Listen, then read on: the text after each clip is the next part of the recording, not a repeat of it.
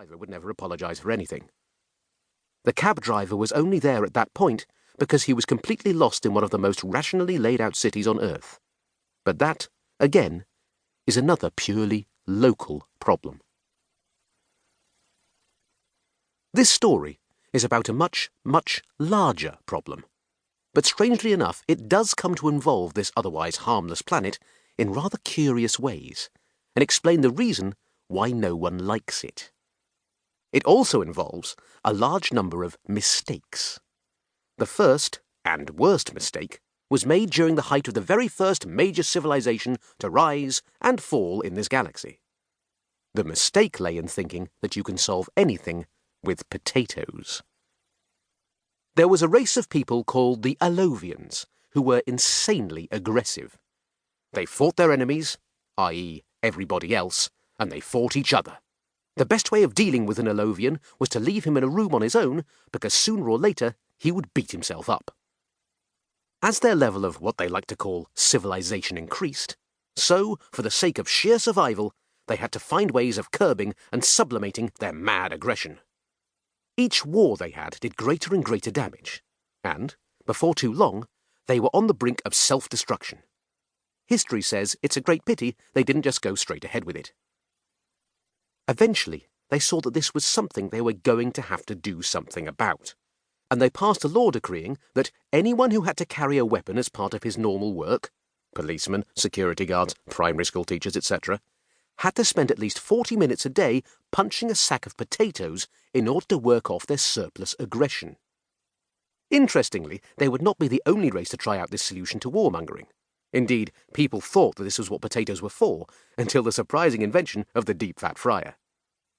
For a while, the potato solution for world peace worked fine, until an Alovian decided it would be much more efficient and less time-consuming if they just shot the potatoes instead. This led to a renewed enthusiasm for shooting all sorts of things, and they all got very excited at the prospect of their first major war for years.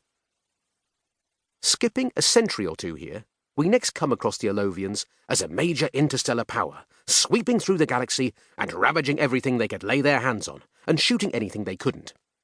Since this behaviour was going down so badly with the rest of the galaxy, they decided that, in order to protect themselves, they needed a very special weapon. An ultimate weapon. How ultimate is ultimate? They built a computer to find out what could be done, and it came up with a perfectly staggering answer. The computer was called Haktar. It began as a large black moon which orbited the planet of Alovia, and it did all its thinking in space.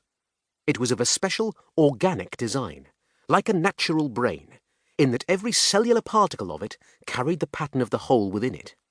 This allowed it to think more imaginatively.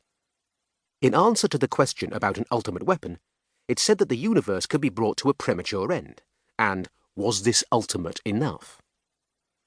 At this news, there was dancing in the streets of Alovia, street parties, fêtes, carnivals of a particularly nasty kind, and a wild sense of having arrived somewhere. They sent out a message across the whole galaxy to the effect that they, the Alovians, were now in a position to destroy the entire universe, and that if anybody had anything they wanted to quarrel about, they'd be happy to hear from them.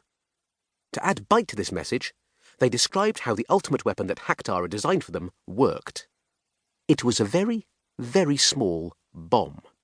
In fact, it was simply a junction box in hyperspace, which would, when activated, connect the heart of every major sun with the heart of every other major sun simultaneously. This would convert the entire universe into one gigantic hyperspatial supernova. And, unless the whole thing started up all over again in another and better dimension, that would be that. That was how it worked, except that, when it came to it, it didn't. The Alovian fingers which hovered over the button that would set the bomb off were very itchy, and eventually, of course, somebody somewhere in the galaxy said or did something which got them really riled, and left them, they were afraid, with absolutely no alternative but to detonate the supernova bomb. To themselves they said, "What's the point of having a thing if you don't use it?" The button was pressed. The bomb fizzed and popped, and then just fell apart, in such a way as to suggest that it had been rather badly made. For a moment,